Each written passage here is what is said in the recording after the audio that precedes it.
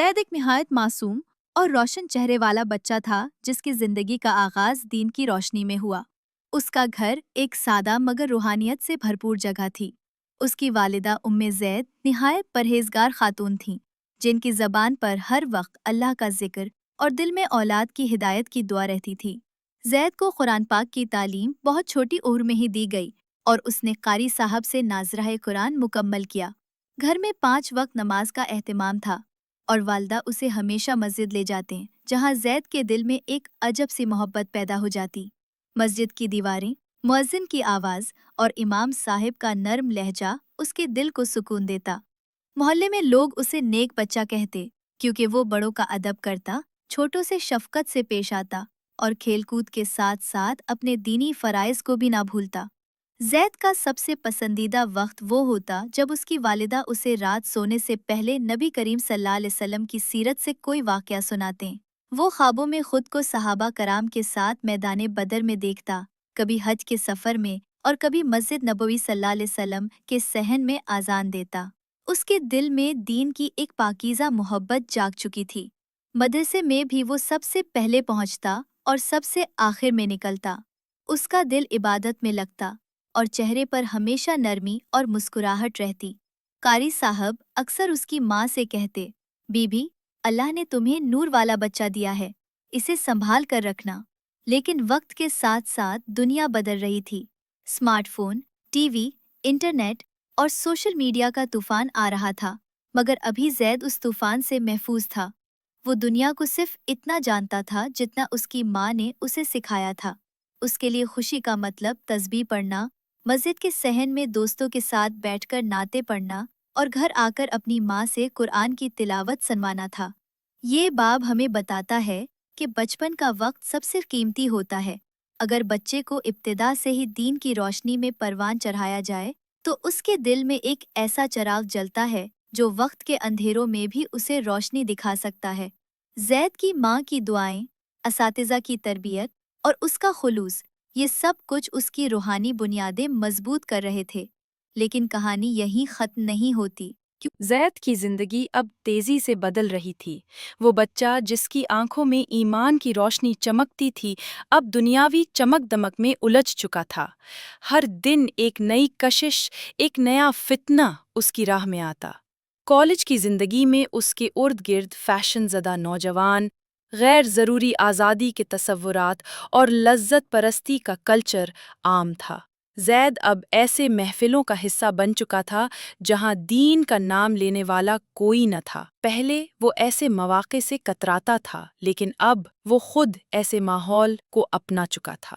شرم و حیا جو بچپن میں اس کا زیور تھا، اب دھیرے دھیرے مٹنے لگا تھا۔ زید نے سوشل میڈیا پر ایک نئی پہچان بنائی۔ وہاں وہ اپنی چمکتی زندگی کے جھوٹے عکس دکھاتا، فالوورز کے لیے زندگی کے جھوٹے پل نشر کرتا اور خود کو ایک مثالی نوجوان ظاہر کرتا۔ حقیقت میں اس کا دل اندر سے خالی ہو چکا تھا۔ دوستوں کے درمیان ہنسی مذاق، محفلوں میں تہکاہے اور میوزک کی آوازیں، یہ سب وقتی سرور دیتے، مگر جیسے ہی وہ اکیلا ہوتا، دل پر ایک بھاری بوجھ اترتا۔ ایک دن اس نے خود سے سوال کیا، کیا یہ سب میرے لیے ہے؟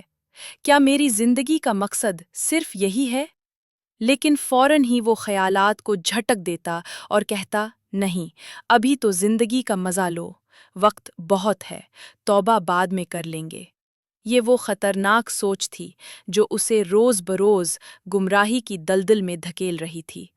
زید اب گناہوں میں اس قدر لت پت ہو چکا تھا کہ اسے برائی برائی لگنا ہی بند ہو گئی تھی۔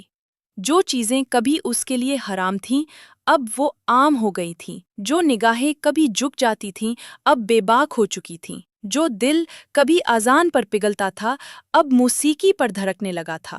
لیکن اللہ تعالیٰ اپنے بندے کو بھٹکنے دیتا ہے، کھونے نہیں دیتا، اور زید کی زندگی میں بھی وہ لمحہ آنے والا تھا جب دل کی زمین پر ہدایت کی پہلی کرن پھر سے پڑے گی۔ یہ باب ہمیں یہ سبق دیتا ہے کہ خواہشات کا پیچھا کرتے کرتے انسان اپنی حقیقت بھول جاتا ہے۔ دنیا کی چمک دمک وقتی ہے، لیکن روحانی سکون ہمیشہ کے لیے ہوتا ہے۔ زید کی زندگی اس وقت ایک ایسے موڑ پر تھی جہاں سے واپسی مشکل ضرور تھی مگر ناممکن نہیں۔ زید کی زندگی جیسے جیسے گناہوں کی دلدل سے نکلنے کی کوشش کر رہی تھی ویسے ویسے دل کی بے قراری بڑھتی جا رہی تھی۔ اس کی راتیں اب نیند سے خالی ہو چکی تھی۔ وہ اکثر چھت پر جا کر آسمان کی طرف دیکھتا اور دل میں ایک بے نام سی گھٹن محسوس کرتا۔ دل جیسے پکارتا، کیا یہی زندگی ہے؟ کیا میں اسی لیے پیدا ہوا ہوں؟ اس کے دوست اب بھی دنیا کی باتوں میں مگن تھے، لیکن زید کی آنکھوں میں اب وہ چمک نہیں تھی جو وقتی مزوں میں ملا کرتی تھی۔ دل گناہوں کی بوجھ سے بھر چکا تھا، ضمیر مسلسل اسے ملامت کر رہا تھا اور ایک نہ دکھائی دینے والا درد سینے میں پھیلتا جا رہا تھا۔ ایک رات جب پوری دنیا سو رہی تھی، زید تنہا بیٹھا تھا، دل جیسے ٹوٹ کر بکھر چکا تھا، آنکھوں سے بے ساختہ آنسو بہنے لگے۔ اس نے نہ جانے کتنے دنوں بعد اللہ کو دل سے پکارا۔ وہ زبان سے کچھ بول نہ پایا، لیکن دل کی چیخ آسمانوں تک جا پہنچی۔ اس لمحے اس نے اپنے سارے گناہ یاد کیے، وہ تمام مواقع جب وہ چاہتا تو بچ سکتا تھا لیکن نفس اور شیطان کے بہکاوے میں آ گیا۔ اس نے روتے روتے سجدہ کیا، نہ وہ سجدہ کوئی طویل تھا نہ باقاعدہ، لیکن وہ سجدہ اس کی زندگی کا پہلا سچا سجدہ تھا۔ دل ٹوٹ کر رب کے سامنے بکھر گیا۔ اس نے کہا، یا اللہ، میں بہت گیرا ہوں لیکن اب اٹھنا چاہتا ہوں۔ میں نے تجھے چھوڑا، تو نے نہیں، تو مجھے قبول کر لے۔ اسی لمحے اسے ایسا لگا جیسے دل سے بوجھ اتر گیا ہو، ایک روشنی جیسے سینے میں چمک گئی ہو۔ وہ پہلی بار سکون میں سانس لے رہا تھا۔ وہ سجدہ صرف اس کی عبادت کا نہیں، اس کی بندگی کی تجدید تھا۔ اس نے دل میں عزم کیا کہ اب وہ بدلے گا، آہستہ آہستہ لیکن سچے دل سے۔ اسے معلوم تھا کہ وہ ایک پل میں ولی نہیں بن سکتا، لیکن اب راستہ وہی ہے جو رب کی طرف جاتا ہے۔ اس نے اس رات تہجد بھی پڑھی، آنکھیں آنسوؤں سے بھرے ہوئے، الفاظ ٹوٹے پھوٹے، لیکن دل مکمل جھکا ہوا۔ صبح وہ پہلی بار نرمی سے بیدار ہوا، دل میں عجب سکون تھا۔ اس نے ماں کو سلام کیا، کچھ دنوں بعد باپ سے بھی کھل کر بات کی۔ موبائل ہاتھ میں آیا تو اس نے فوراً بہت زید کی زندگی اب عبادت، قرآن اور خود احتسابی سے بھر چکی تھی، لیکن دل کے کسی کونے میں اب بھی ایک خلا باقی تھا، ایک سوال، ایک کشمکش، کیا میری توبہ قبول ہو چکی ہے؟ وہ جانتا تھا کہ اللہ غفور الرحیم ہے، لیکن اپنے ماضی کی تاریکی اتنی گہری تھی کہ بعض اوقات دل ڈگمگا جاتا۔ ایک رات جب آسمان پر ہلکی ہلکی بارش برس رہی تھی اور پوری دنیا نیند کی آغوش میں تھی، زید جاگ رہا تھا۔ اس نے تہجد کے لیے وضو کیا، لیکن آج اس کے دل میں ایک الگ بے قراری تھی۔ اس نے کہا، یا اللہ، آج میں کچھ مانگنے نہیں آیا، صرف اپنی حالت تیرے سامنے رکھنے آیا ہوں۔ وہ سجدے میں گرا، لمبا سجدہ، خاموش سجدہ، جہاں الفاظ کی جگہ آنکھوں کے آنسو بات کر رہے تھے۔ اس نے دل سے وہ تمام گناہ یاد کیے جو برسوں سے اس کی روح پر بوجھ بنے ہوئے تھے۔ ہر جھوٹ، ہر میزرے جھکانے والی حرکت، ہر وقت جب اس نے گناہ کو جانتے بوجھتے چنا، لیکن آج وہ گناہوں کا بوجھ نہیں بلکہ معافی کا دامن تھامے سجدے میں تھا۔ اس نے روتے ہوئے کہا، یا اللہ، میں تجھے جانتا نہیں تھا، میں اپنی خواہشات کے پیچھے بھاگتا رہا، لیکن تو نے مجھے کبھی تنہا نہیں چھوڑا۔ یا رب، اگر آج تو میری توبہ قبول کر لے تو وعدہ ہے میں باقی زندگی تیرے راستے پر گزار دوں گا۔ اس رات وہ تہجد پڑھتا رہا، سورۃ التوبہ کی آیات کو بار بار دہراتا رہا۔ ان اللہ یحب التوابین، اللہ توبہ کرنے والوں سے محبت کرتا ہے۔ یہ آیت اس کے دل پر نقش ہو گئی۔ اسے ایسا لگا جیسے یہ آیت صرف اسی کے لیے نازل ہوئی ہو۔ زید نے اس رات دل کی گہرائی سے اپنے رب سے معافی مانگی، نہ صرف لفظوں سے بلکہ نیت سے، ارادے سے اور دل کے ہر دھڑکن سے۔ جب وہ نماز مکمل کر کے خاموش بیٹھا تو ایک نورانی سکون اس کے اندر اتر گیا، ایسا سکون جو اس سے پہلے اس نے کبھی محسوس نہ کیا تھا۔ اس کے دل سے خوف ختم ہو چکا تھا، گناہوں کا بوجھ ہلکا ہو چکا تھا اور امید نے اس کے دل میں گھر کر لیا تھا۔ اس نے نہایت محبت سے کہا، یا رب، آج میں تیرے بندے کی طرح آیا ہوں، تو بھی مجھ پر رب کی طرح رحم فرما دے۔ اس لمحے اسے یقین ہو گیا کہ توبہ صرف گناہوں سے واپسی نہیں بلکہ دعوت کا سفر ہمیشہ آسان نہیں ہوتا، اور زید کے لیے بھی یہ راستہ کانٹوں سے بھرا ہوا تھا۔ جب اس نے دین کی طرف قدم بڑھایا تو دنیا نے اس پر نظریں بدل لی۔ جن دوستوں کے ساتھ وہ ہنسا، کھیلا اور زندگی کے لمحے گزارے تھے، وہی اب اس کے خلاف کھڑے ہو گئے۔ مولوی بن گیا ہے، اب تو ہمیں بھی گناہگار کہے گا، جیسے جملے زید کے دل میں تیر کی طرح لگتے۔ لیکن وہ جانتا تھا، یہ آزمائش ہے، یہ وہی پل ہے جہاں انسان کی نیت، صبر اور یقین کا امتحان ہوتا ہے۔ اس کا ایک بہت قریبی دوست ریحان، جسے وہ بھائیوں کی طرح چاہتا تھا، ایک دن غصے میں آ کر کہنے لگا، بس کا زید، ہر وقت نصیحتیں، مسجد، قرآن، ہم دنیا میں بھی جینا چاہتے ہیں۔ زید کی آنکھوں میں آنسو آ گئے، مگر وہ خاموش رہا۔ وہ جانتا تھا، الفاظ سے نہیں، وقت سے لوگ بدلتے ہیں۔ زید کے گھر والوں میں بھی کچھ افراد کو اس کی تبدیلی سے مسئلہ ہونے لگا۔ وہ کہتے، تو نے زندگی سے دل ہٹا لیا ہے، ہر وقت دین دین، کچھ دنیا کے لیے بھی کر۔ زید کے دل میں کبھی کبھی سوال اٹھتا، کیا میں صحیح راستے پر ہوں؟ اگر ہدایت کی طرف بڑھنا اتنا مشکل ہے تو کیا یہ میرے بس میں ہے؟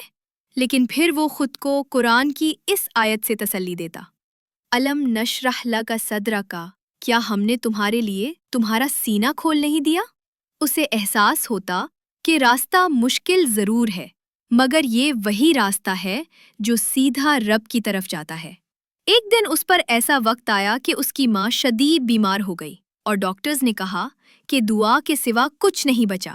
زید نے اپنی ماں کے سرہانے بیٹھ کر قرآن کھولا، آیت الکرسی پڑھی اور گھنٹوں تک رو کر اللہ سے دعا مانگتا رہا۔ اس کی دعا میں صرف الفاظ نہیں، درد اور عجز بھی شامل تھے۔ اللہ نے اس کی دعا قبول کی، اس کی ماں کی طبیعت بہتر ہونے لگی۔